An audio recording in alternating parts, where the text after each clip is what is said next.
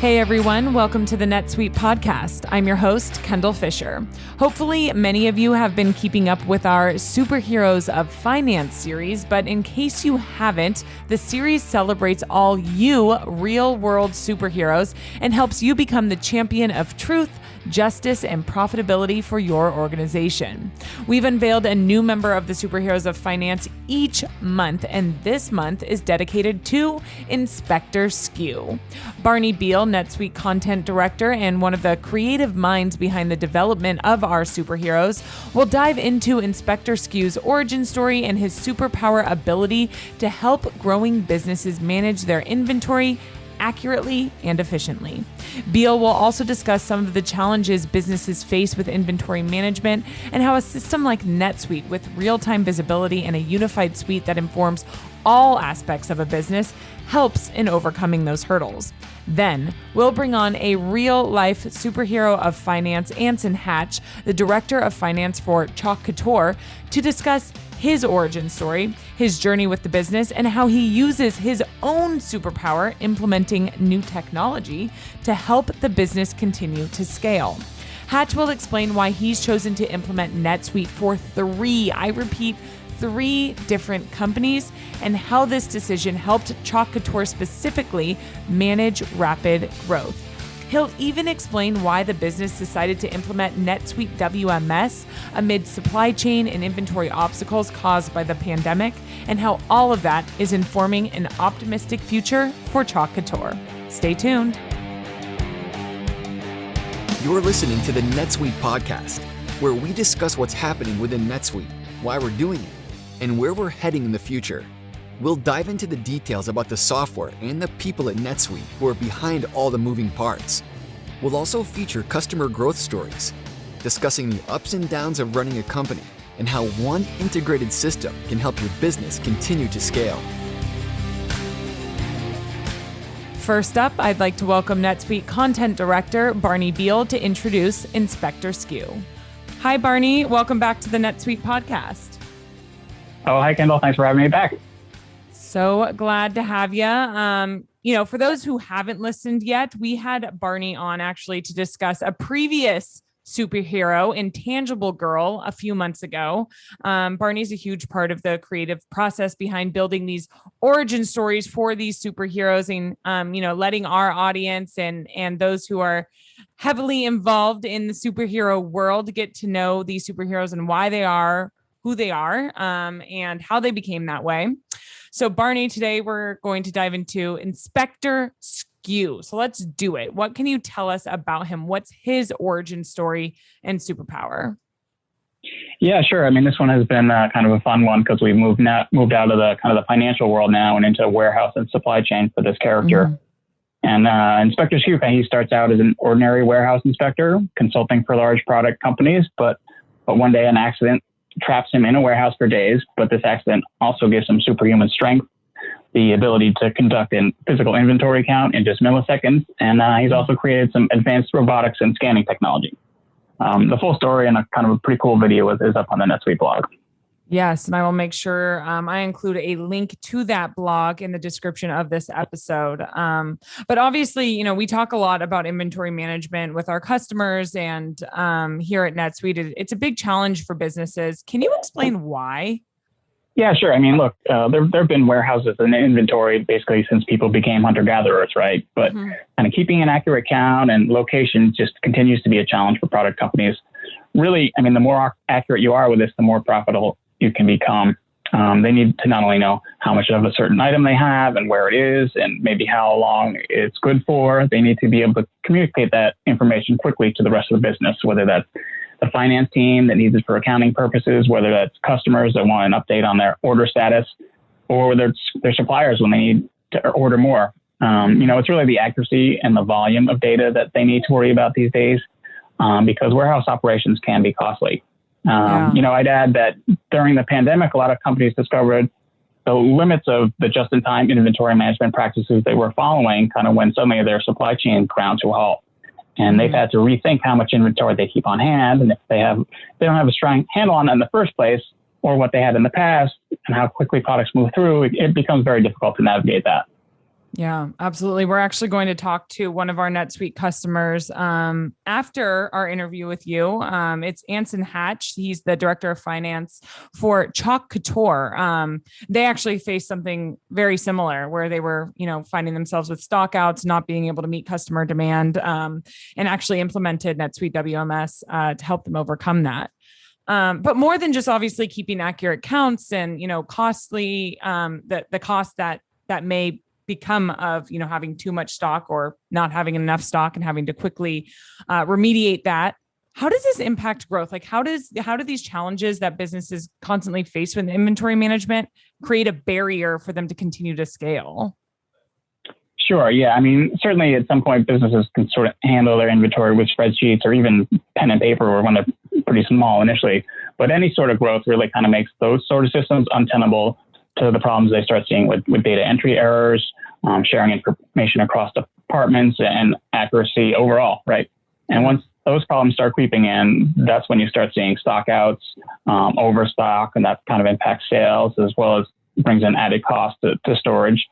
Even worse, they may be sending out incorrect or partial orders, and that kind of impacts the customer experience and long-term profitability and ultimately growth, right? And ultimately, an inefficient warehouse, drives up costs in a lot of ways with things like storage, labor costs, lost stock, particularly for those companies that are dealing with perishable goods. Mm-hmm.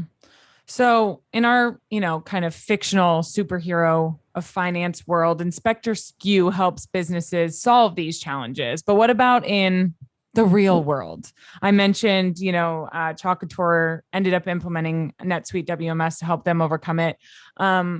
Why? How does NetSuite help businesses overcome these, and what else can help in kind of, making sure inventory management is running properly? Right. Yeah. I mean, at some point, businesses are just going to need to make that investment in an inventory management and potentially a warehouse management system. And determining when that point is might sound a little difficult, but really what we've seen is that they're more affordable and people need them far earlier than they often think that they do. And so these systems, they reduce labor costs by automating the receiving process when items come in, directing where products need to go, and telling workers not only where to pick them up, but the most efficient path to take, and the order to pick them up in, and it all depending on the rules of their warehouse and their business. For example, NetSuite can help them pick multiple orders at once, and we're making them far more efficient. And then these kind of systems become even more important when businesses expand to multiple warehouses. And then a system like NetSuite also ensures the inventory data is in a central location that's accessible to all, where it can be shared for things like demand forecasting, tracking, auditing. That's when you really start to see kind of the benefits of having a unified system that can impact planning and strategy. Right, definitely. So other than Inspector SKU's origin story, what other types of content can our audience team check out to learn more about, some of what Inspector SKU does, some of the, the ways that NetSuite can help businesses overcome their inventory management challenges and so forth? Yeah, sure. I mean, well, there's a ton of inventory management content on the NetSuite blogs and NetSuite's Brainyard site. We recently published one on the importance of inventory management for services companies, which, not everyone thinks about. But I'd also point out a business solutions article we did recently on 20 inventory management challenges and their solutions. And finally, just go to the NetSuite, the inventory management product page on netsuite.com. There's just a ton of resources there. It points you off site. And we just kind of issued the release for NetSuite 2021 Release 2. And there's some cool enhancements to what we're doing with inventory management there, including things like automated lot numbering and some updates to the mobile warehouse management app. Yeah, absolutely. We just also did a podcast on that recently. So if you haven't had a chance, go check out the 2021 Release 2 podcast episode. And as Barney alluded to, I will include all of those links, especially for, the 20 inventory management challenges to overcome, the blog to 2021 Release 2, and Inspector SKU's origin story. And with that, Barney, thank you so much for joining us. You bet, Kendall. Thanks for having me again. Does your business have trouble managing inventory, projects, or even getting paid on time? Don't let spreadsheets and QuickBooks hold you back. If you want to get your business to a better place, take action now and make the move to NetSuite. Stop paying for multiple systems that don't give you the information you need when you need it. Ditch the spreadsheets and all the old software you've outgrown. Now is the time to upgrade to NetSuite by Oracle, the world's #1 cloud business system. NetSuite gives you visibility and control over your financials, HR, inventory, e-commerce, and more. Everything you need, all in one place, instantaneously. Whether you're doing $1 million or hundreds of millions in revenue, save time and money with NetSuite. Join the over 24,000 companies using NetSuite right now. Let NetSuite show you how they'll benefit your business with a free product tour at netsuite.com/business. Schedule your free product tour right now at netsuite.com/business. netsuite.com/business. Now I'm excited to introduce Ansen Hatch, a real-life superhero and the Director of Finance for Chalk Couture. Hi, Ansen. Welcome to the NetSuite podcast. Hi, Kendall. Great to be with you today. I'm excited to dive into your superhero of finance story. And actually, now that we have some details on Inspector SKU and his origin story, it's just, next step is we need to know all about you, our real life superhero of finance for this episode. So what is your backstory? Tell us a bit about yourself and your career journey. Sure. Well, let's see here. I was born and raised in Maine and came to Utah, went to school out here, and have stayed ever since, working for several different companies here. I worked for a CPA firm for 6 years, and after being in public accounting that long, I decided I never wanted to continue on with that. Let's get out in the private sector and do something different. So I left there. Since then, I have been the controller at 3 other companies. I've implemented NetSuite at 3 different places, including Chalk Couture, where I'm at right now, where I've been for about 1.5 years now as their Director of Finance. So there's a little backstory on me. We love to hear that. I have spent quite a bit of time in Sandy, Utah, which is where my best friend's mom lives. And I love it there. It's always a joy to get to go there, especially during wintertime. Get in a little skiing, right? Yeah. Exactly. We always get to, it's a little bit of a drive, but we had to Park City at least 1 or 2 days. So there you go. Very cool. So I have to ask, where did your love for finance stem from? My dad was a finance major in college, and my parents owned a real estate business. And so it was a family-run business. I was involved in everything. And my dad, he shared his knowledge with me kind of from the beginning, from the time I was a young child, and gave me a lot of direction and a lot of insight into the business world. And I really appreciated it. And it was kind of one of those things where when I went to college, I just said, okay, what's something that I can do that I know I'll have that level of comfort with, but that will be technical enough that it will challenge me. And that's where the whole accounting and finance side of things came from in my life. That's great. And if you could pick one, what would you say is your finance superpower? I don't know as if I necessarily have a finance superpower, but I guess, some of the things that I can do is that I think I'm good at. Let's put it this way. I can transition companies off of systems that maybe are not working for them well. I can look at a company and say, okay, here's its needs, here's its deficiencies, here's the areas of improvement where we can really kind of level up and take our operations to the next level, make a plan, and then go forward and execute it, get people to buy in on it. I guess that's probably my biggest superpower in terms of that. Ansen, that is music to a NetSuite podcaster's ears. That is a great answer. And that is what we do here at NetSuite. And clearly you've been through 3 implementations. So, round of applause for you, because that's awesome to hear from our perspective. And now we're going to actually dive into how you use that superpower, how you transition Chalk Couture over to NetSuite as the Director of Finance. But can you first tell us a bit about the company? What is Chalk Couture all about? Sure. So Chalk Couture has been in business for about 5 years now. We are a classy, do-it-yourself home decor company. Basically, it's a product that like even the most uncrafty person can use. Trust me, I don't have a crafty bone in my body. I'm a pants guy. I don't have any creativity. That is not my forte at all. But this product that we have, as I always say, it's kind of idiot proof. Literally, the first day that you're here, they take you through a whole training and you learn exactly how to use all of this product as an employee. And then you say, okay, I can do this. Other people can do this as well. We specialize in chalk paste and ink. That's our own, proprietary methodology that we use of creating that stuff. We have transfers, we have surfaces. The products can be changed with the season. That's kind of one of the great things about our product is that most of it is water-based, and so you simply can wipe off whatever you've created if you want to change it with the seasons or whatnot, and then change to a new thing and continue using the same surfaces. The transfers that we have are reusable, and so it's a very crafty, friendly product, I guess would be the best way to describe it. I love it. So, tagline here is Chalk Couture, so easy, even the left-brained people can do it, right? Yes, exactly. I love that. So you joined Chalk Couture in 2019. What did you see in the company that made you want to be part of it?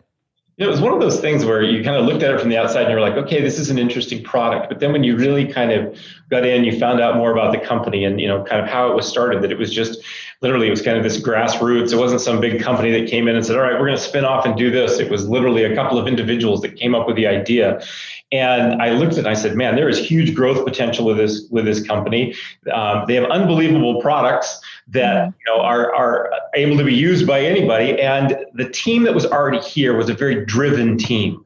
And that was the thing that really stuck out to me is everybody that was here that was working was totally bought into the product, totally bought into the direction that the company was headed into. And they were just willing to do anything to make sure that happened. And you don't find that a lot. You find a lot of times when you go and you look at a new company, people are somewhat bought in, but a lot of 9 to 5, hey, 5 o'clock comes and I'm out the door. And that was not what I was finding here. I was finding that, people were willing to, even the CFO was out back packing boxes sometimes. Like it was one of those things that you're like, okay, this, like everybody's bought into this. Everybody wants to make this company work. And it was just a pleasure to kind of come in and find that atmosphere.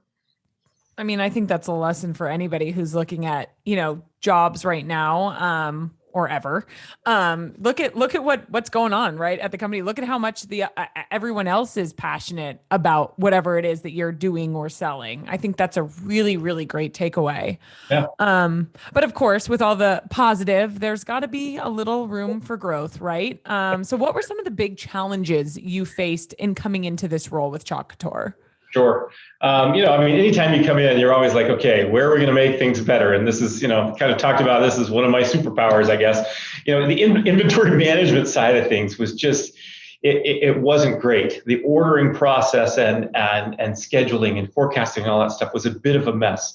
Our inventory at the time was held in 3 separate warehouses, and the inventory was run on spreadsheets. Now, listen, there's nothing wrong with that. As a company is getting started and as a company is growing, you can't have every system working perfectly, but there was so much room for improvement of, okay, let's look at this.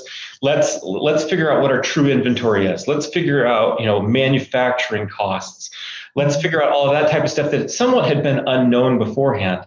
In the reporting, you're seeing things, you're kind of working in silos. This group's doing this group's doing that. And at the end of the month, the finance team is kind of expected to, okay, let's pull this all together and, try to get numbers as close as we can. And the reporting was kind of all over the place. And we realized, okay, we need to make some changes here if we're really going to level up and be that next level cutting edge company. We got to make some changes. There's lots of room for improvement. And these were kind of the things that that I saw as we came in.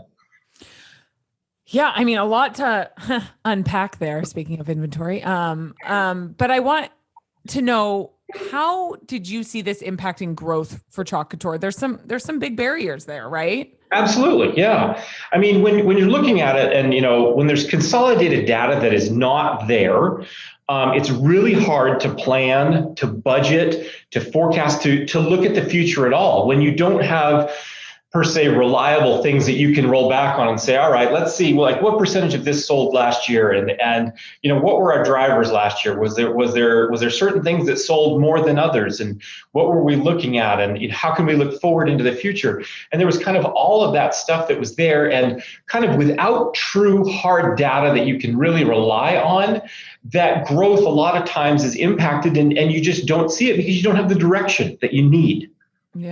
Yeah, that's huge. So then tell me how we sneak peek that you gave in, your first sentence here with us, but how did you go about overcoming those challenges? What would you say was your, I'm air quoting right now, secret weapon in kind of helping to fix all of this? Well, our secret weapon, as a lot of others that are going to be on here know, is it was NetSuite. I mean, we, having implemented it twice at two other companies and seen what it could do for the company, how it truly did level us up by getting all of the data in one place.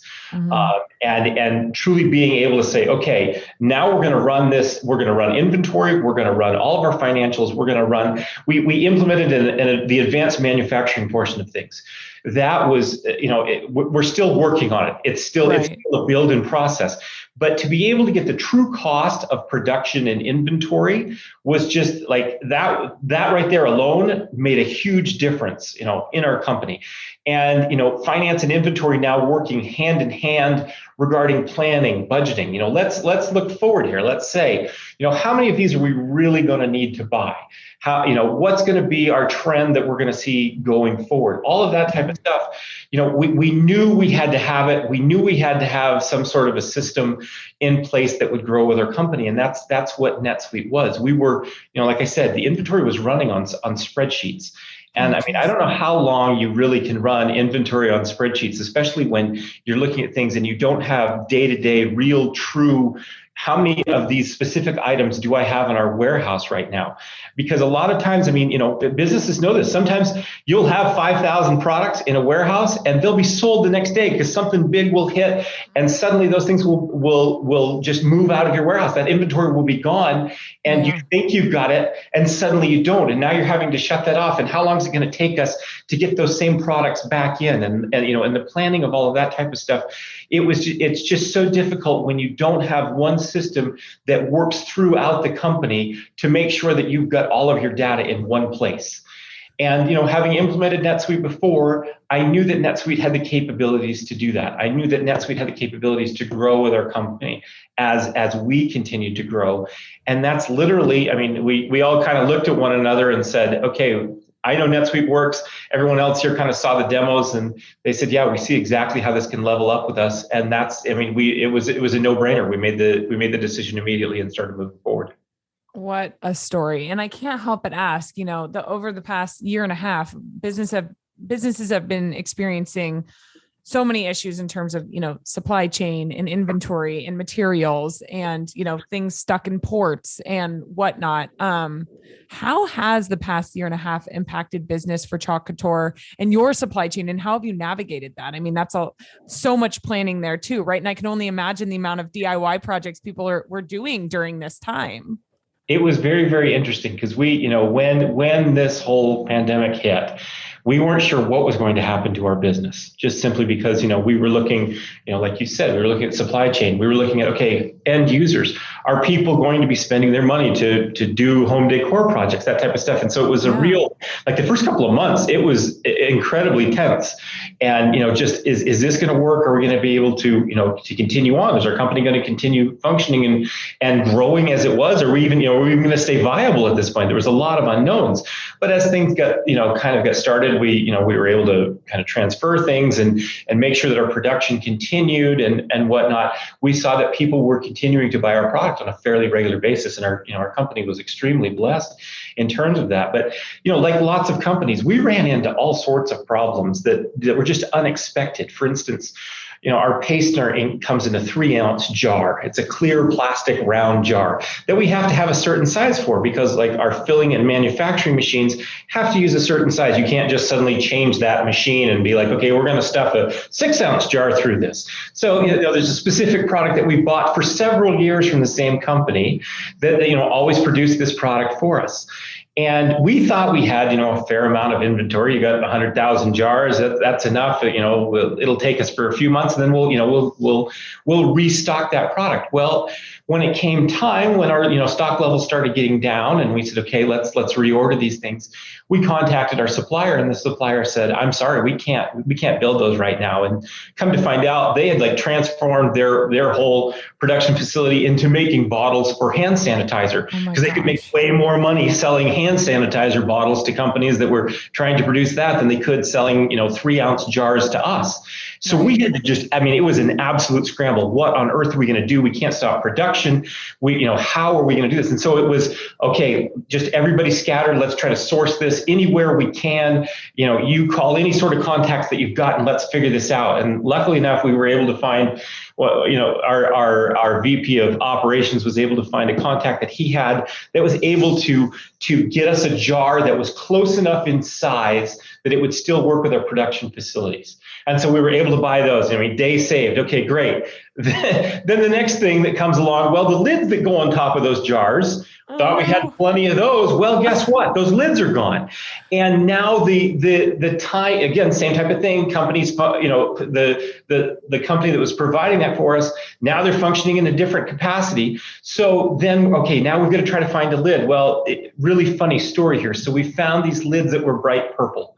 Now, one of Chalk Couture's main kind of scheme colors is purple. Okay. Wow. And so we're like, okay, normally our lids are all black. Everything we have is black or white, but almost everything is black.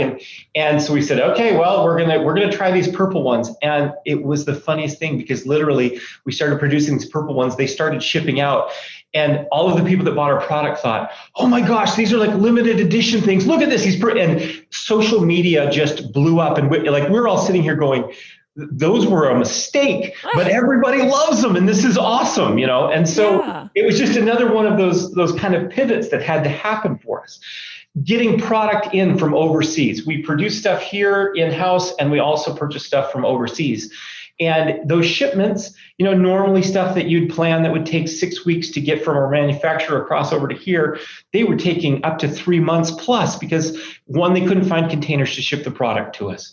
2, once it got here, the port authorities and those that were going, doing customs here, there wasn't the availability of those customs agents to go through all of the products. And so it would just sit there at the port. Right. And there were so many things that kind of hit with that.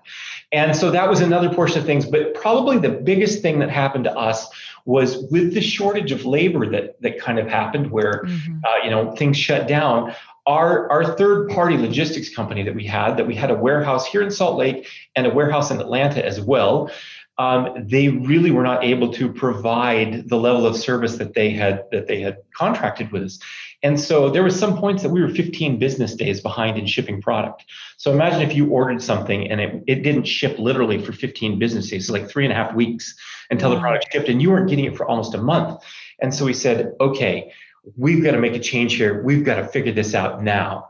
And so we decided, okay, we're going to bring all of our products back in-house. We're going to get more warehouse space in the area that we're in here, and we're going to bring all of our pick, pack, ship, and warehousing in-house. Yeah. And so we went from like 70 employees to 140 employees in like a 2-month period, and had to reconfigure our warehouse, had to find some sort of a shipping system that worked.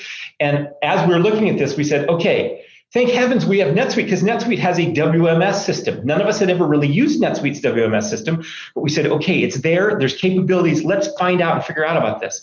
So we got in contact with our NetSuite reps and said, listen, this is what we've got to do. We've got to do this as fast as possible. And they stepped right in, gave us the demos that we needed. We said, okay, this is how we can make this work where we're at. And we immediately started implementing NetSuite WMS. And I can say this, NetSuite was a lifesaver, because we were able to get that up and running in about a 2-month period, which is kind of unheard of when you really think about it. And we were able to start shipping all of those products out of our own warehouse. And within about 3 weeks of us getting that going, we got our ship times down to about 5 business days. Wow. And it really, it transformed our company and allowed us to continue selling at the level that all of our customers expected from us. And we couldn't have done that without NetSuite. We couldn't have. What a story. Wow. So I have to ask, we're looking ahead now. We are we are looking ahead. There might be some blips in the road, but we are definitely looking ahead, looking at, this new age of growth. So my first question around that is, what would you say you're taking from the lessons you learned over the past year and a half and everything that you dealt with? What are you taking and moving forward with? How are you moving forward as we take on this sort of, new opportunities to really continue to scale business? I guess the biggest things that I look at is don't simply put your eggs in one basket. Have multiple suppliers. Find them. Find availability in people that can produce your product for you.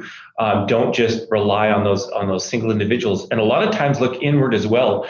We manufacture a lot of wood type of products that we buy and we sell that type of stuff. And we literally said, you know what? It may cost us a little bit more, but we're going to bring that manufacturing in-house. And so we started looking at that and saying, okay, for us to have that level that we need for our customers, we need to be able to produce this product and have it when we need it. And so we did. We brought that in-house and we're getting ready to launch that here within about the next 6 weeks. So that will cut down on our lead times. It's going to it's going to change our cash flow. There's so many things that, before this ever happened that you just didn't even think about. You just always expected your suppliers to be able to provide the stuff for you. And, if somebody couldn't, then we'll go find it somewhere else. But it seemed like there was so many shortages and minimums that you couldn't expect. And with that, we've learned so much and learned to pivot and say, okay, let's plan better. Let's look at this and let's make sure we never get in this predicament again. Yeah. And how will you use NetSuite to continue to scale and grow?